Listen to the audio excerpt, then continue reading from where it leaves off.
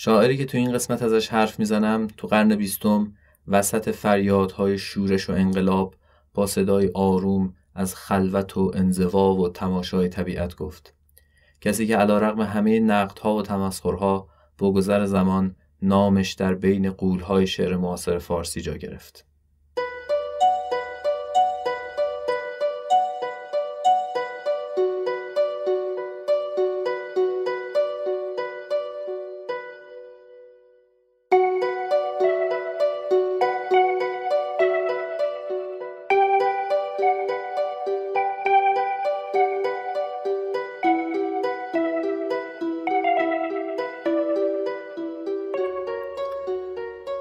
شما دارید به پادکست ریرا گوش میکنید. من سامان جواهریان هستم و تو هر قسمت این پادکست یک شعر معاصر میخونم و درباره اون شعر و شاعرش و سبک و دورش حرف میزنم. این قسمت 17 ریراست که در اسفند 99 منتشر میشه. تو این قسمت شعر ندای آغاز سهراب سپهری رو میخونم. سهراب سپهری 14 مهر 1307 در قم به دنیا اومد. اما اقامت خانواده‌اش در قم کوتاه مدت بود و بعد از چند جابجایی به شهر پدریش یعنی کاشان رفتن. جایی که با عده زیادی از خاندان پدریش در خانه‌ای بزرگ زندگی می‌کردند. پدر سپهری کارمند اداره پست و تلگراف بود و اهل هنر، نقاشی، خطاطی، نواختن و ساختن تار. سپهری کودک بود که پدرش بیمار شد و تا آخر عمر هم بیمار موند. کودکی سپهری در پیوند با طبیعت گذشت، در باغی که خونشون رو در بر گرفته بود و در صحرایی که همسایه خونشون بود. دوره دبستان سپهری در کاشان گذشت. اون از مدرسه بیزار بود ولی به قول خودش از ترس شاگرد اول بود. معلم کلاس اولش یک بار که دید داره نقاشی میکنه بهش گفت همه درسات خوبه، تنها عیب تو اینه که نقاشی میکنی و با ترکه به جرم نقاشی مجازاتش کرد. دوره اول دبیرستان رو هم در کاشان گذروند و بعد برای تحصیل در دانشسرای مقدماتی به تهران رفت. در این دوره بود که خوی شورشی پیدا کرد. با دوستان شب‌های تعطیل دیر به شبانه روزی برمیگشتند و از دیوار به داخل میپریدند. یا وقتی سهمیه زغال سنگشون کم میشد قفل انبار رو میشکستن و هر چقدر میخواستن زغال سنگ برمیداشتن. وقتی سپهری به کاشان برگشت خبری از اون باغ و خونه قدیمی نبود. سپهری فراغتی پیدا کرد و شروع کرد به نقاشی. سپهری همیشه با شیفتگی از کاشان و اون زندگی ساده و غریزی حرف میزنه. تو زندگی نامه کوتاهی که خودش نوشته میگه من هنوز غریزی بودم و نقاشی من کار غریزه بود. شهر من رنگ نداشت، قلمو نداشت. در شهر من موزه نبود، گالری نبود، استاد نبود، منتقد نبود، باسمه نبود، فیلم نبود.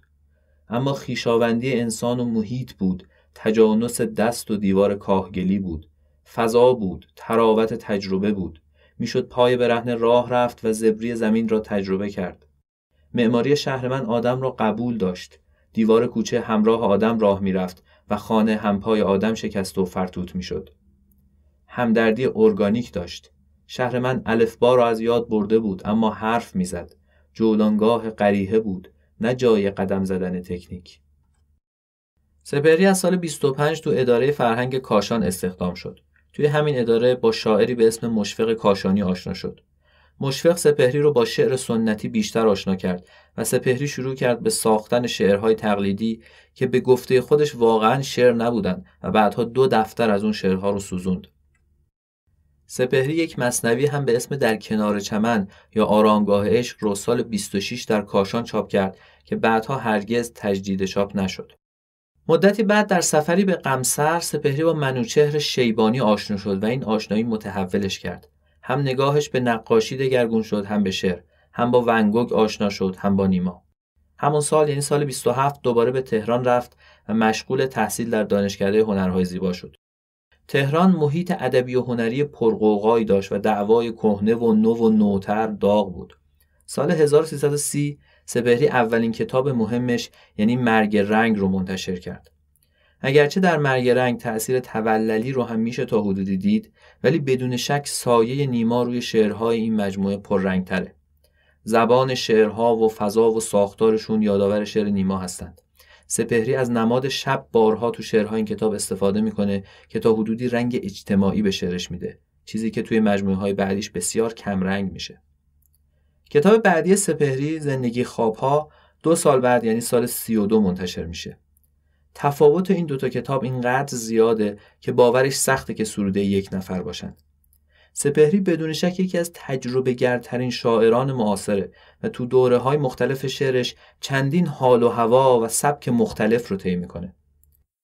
شعرهای کتاب زندگی خواب‌ها تقریباً هیچ شباهتی به شعر نیما ندارن. بدون وزن هستن و به شدت مبهم. همونطور که از اسم کتاب برمیاد شبیه گزارش رؤیااند. شاید بشه رگه‌های از تأثیر هوشنگ ایرانی رو در این کتاب دید. تو این کتاب و دو کتاب بعدی انگار سپهری که تقلید از نیما رو رها کرده داره تلاش میکنه تا به سبک شخصی خودش برسه. شعرهای این کتابا خیلی متنوعن. از نظر قالب از 4 پاره تا شعر آزاد تا شعر بی‌وزن بینشون دیده میشه. از نظر زبان هم یه دست نیستن.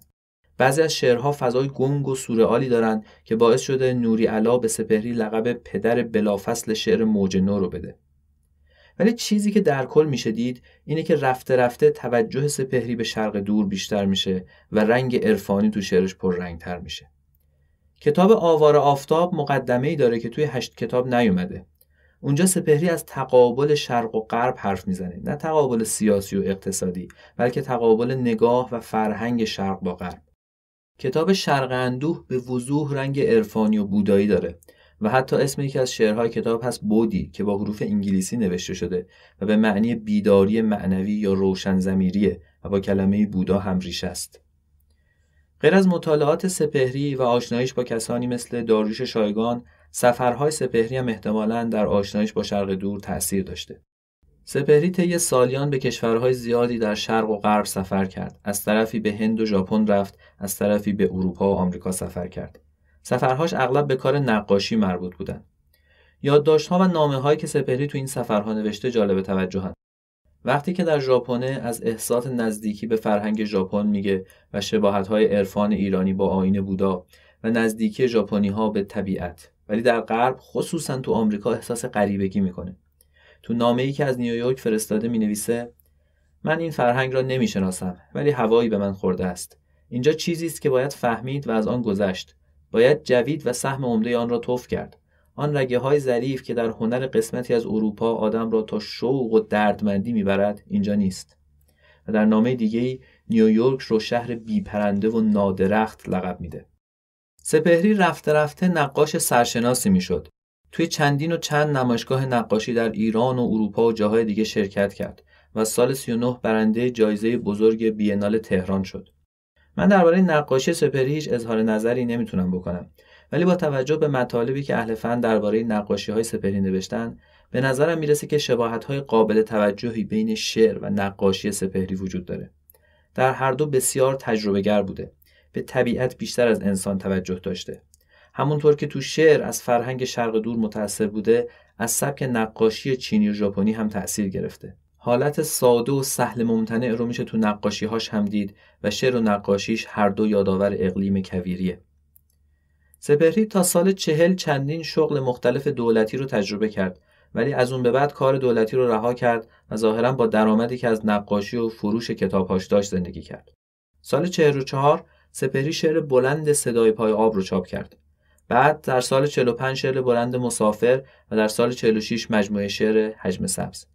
این 3 اثر بودن که نام سپهری رو به عنوان یک شاعر بزرگ و صاحب سبک مطرح کردن. اون سهراب سپهری که شعرش مشهور شده و به گوش همه شما رسیده همین سپهریه، یعنی سپهری 3 کتاب از 8 کتاب که مجموعه شعرهاش رو تشکیل میدن. شعرهای سپهری توی این 3 کتاب وزن روان داره، زبان ساده و تخیل پیچیده و البته رنگ عرفانی.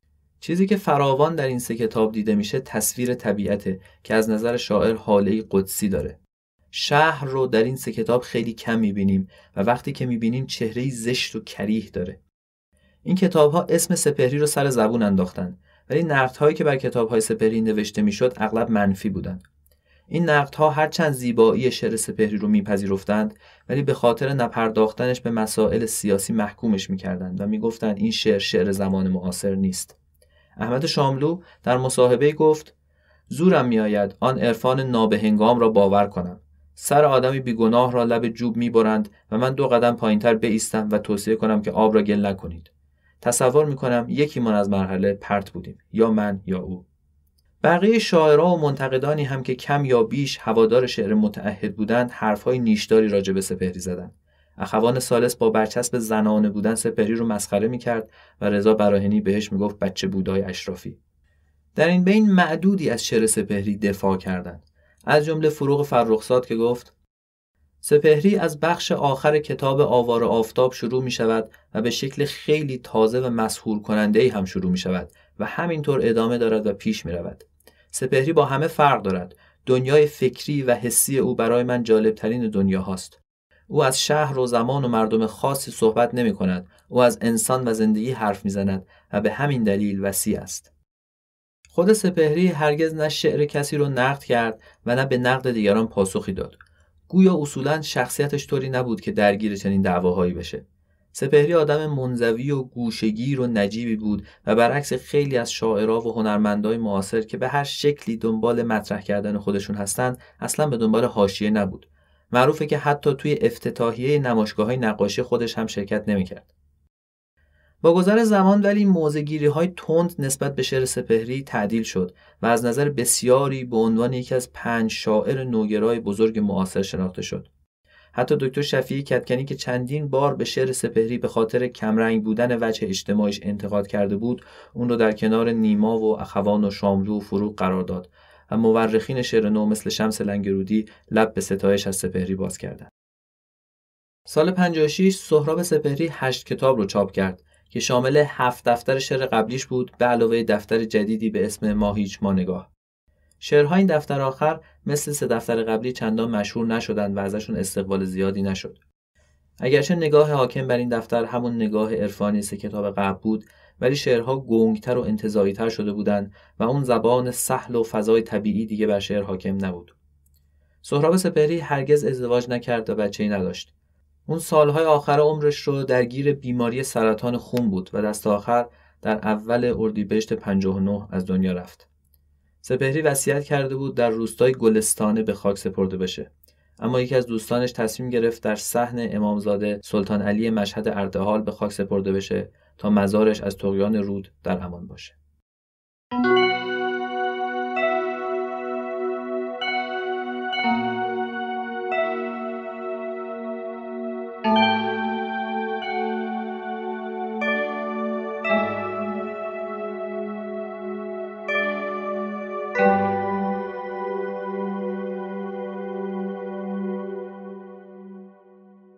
کفش هایم کو، چه کسی بود صدا زد سهراب.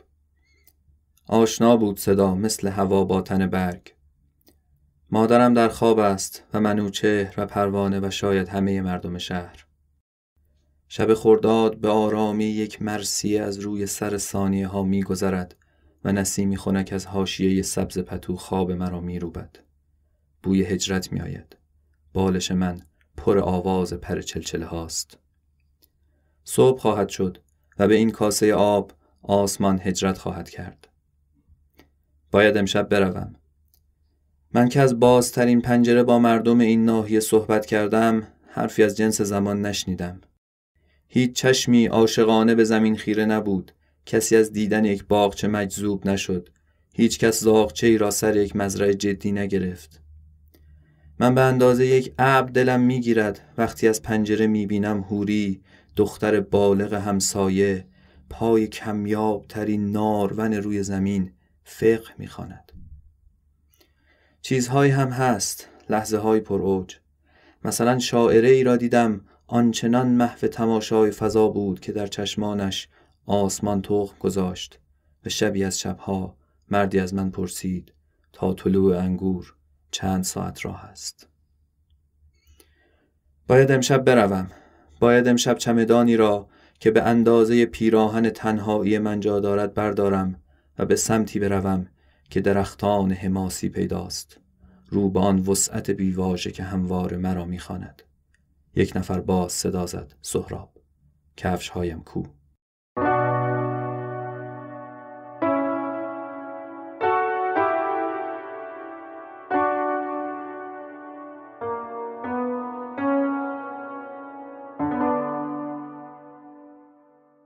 شعر با یه پرسش ساده شروع میشه.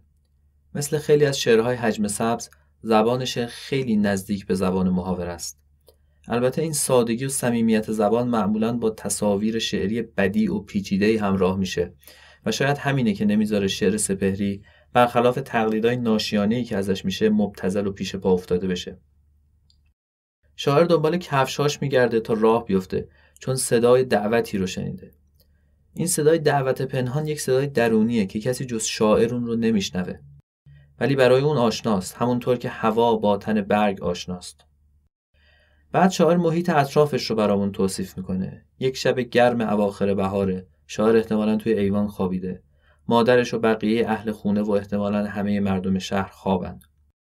توی سکوت و آرامش شب انگار گذر زمان هم آرام شده و مثل یک مرثیه ضرب آهنگ کند پیدا کرده. نسیمی میاد به تن شاعر میخوره و خواب رو از سرش میپرونه و بعد میرسیم به این تصویر زیبا. بالش من پر آواز پر چلچله هاست. چلچله یه نوع پرنده مهاجره. برخلاف اون تصور همیشگی که خواب رو همیشه همراه غفلت میبینه، سپهری میگه من حتی موقع خواب هم این صدای پر چلچله ها رو که یک جور دعوت به رفتن و هجرت کردن میشنوم. این میل به رفتن و هجرت رو توی خیلی از شعرهای سپهری میبینیم، مثل شعر معروف پشت دریاها. ولی این سفر واقعی نیست به مقصد یه شهر یا کشور دیگه. میل رفتن به یه آرمان شهر و ناکجاست، به یه جایی که شبیه به دنیای امروز نباشه. منتقدین سپهری همیشه میگفتن شعر اون شعر این زمان نیست، اما سپهری اینجا برعکس میگه من از دیگران حرفی از جنس زمان نشنیدم. هیچ کسی حرف منو نشنید. سپهری با نسبت انسان امروز با طبیعت مخالفه. انسان امروز دیگه طبیعت رو جدی نمیگیره، درش عمیق نمیشه، تماشاش نمیکنه، خودش از طبیعت جدا میدونه، بهش مثل یک معدن ماده خام نگاه میکنه، به این فکر میکنه که از این چی میشه ساخت و چقدر سود میشه به دست آورد. انسان امروز از اون جذبه و حاله قدسی که در طبیعت هست غافله. برای همینه که دختر همسایه توی کتاب فقه دنبال معنویت میگرده، در حالی که پای کمیاب ترین نارون روی زمین نشسته. نمیدونه که باید اون کتابو ببنده و در تماشای اون درخت غرق بشه. البته در نظر شاعر همه چیز هم اینقدر ناامید کننده نیست. اون شاعره ای رو میشناسه که برخلاف دیگران اهل تماشاست. منم مثل خیلی دیگه فکر میکنم این شاعره احتمالاً فروغ فرخزاده، یکی از معدود کسانی که توی جامعه روشنفکری و ادبی اون موقع با سپهری دوستی نزدیکی داشت و یکی از زیباترین شعرهای کتاب حجم سبز هم مرثیه‌ای است که برای اون سروده شده. وقتی کسی عمیقاً غرق تماشای چیزی بشه، رنگ اون رو به خودش میگیره، مثل راهبی که موقع مراقبه با موضوع مراقبش یکی میشه. اینجا همون شاعر چنان غرق تماشاست که آسمان در چشمش تکثیر میشه. شاعر مرد دیگه‌ای رو هم میشناسه که دنبال دونستن زمان طلوع انگوره. این طلوع انگور یه نمونه از اون تصویرای گنگ شعر سپهریه که میشه چندین جور فهمیدش. شاید یعنی منتظر فرارسیدن فصل تابستانی که توش انگور میرسه، یا شاید انگور مجاز از شرابه و مرد منتظر رسیدن جذبه و سرمستیه. تو بند آخر شاعر دوباره از میل به رفتن میگه. اون تو این سفر تنهاست چون کسی دعوتش رو نمیشنوه و قبول نمیکنه. پس باید با یک چمدان که فقط به اندازه پیراهن خودش جا داره به سمت جایی بره که درختان پرشکوه حماسی پیداست. جایی که مردمش مثل مردم این زمانه نیستن. طبیعت رو صرفاً موضوع شناخت نمیدونن، خودشون رو بخشی از طبیعت میدونن و در جذبه اون شناورن.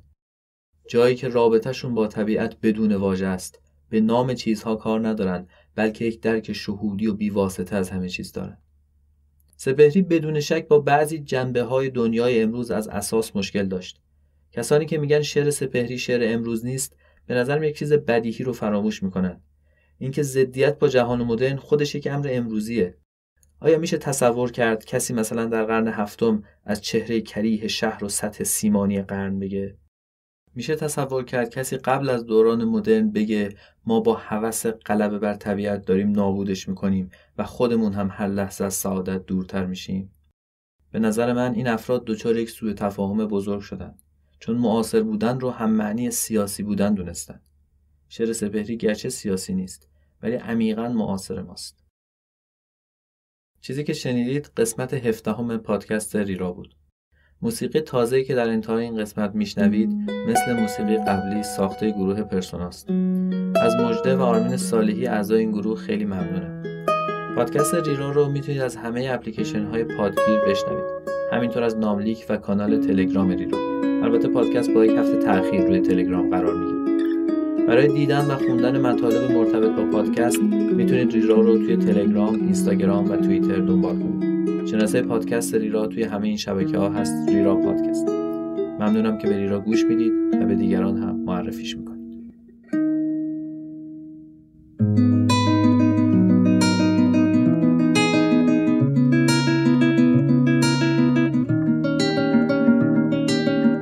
گوش کن جاده صدا میزند از دور قدم‌های تو را، پلک‌ها را بتکان کفش به پا کن و بیا. گوش کن دورترین مرغ جهان میخواند، شب سلیس است یک دست و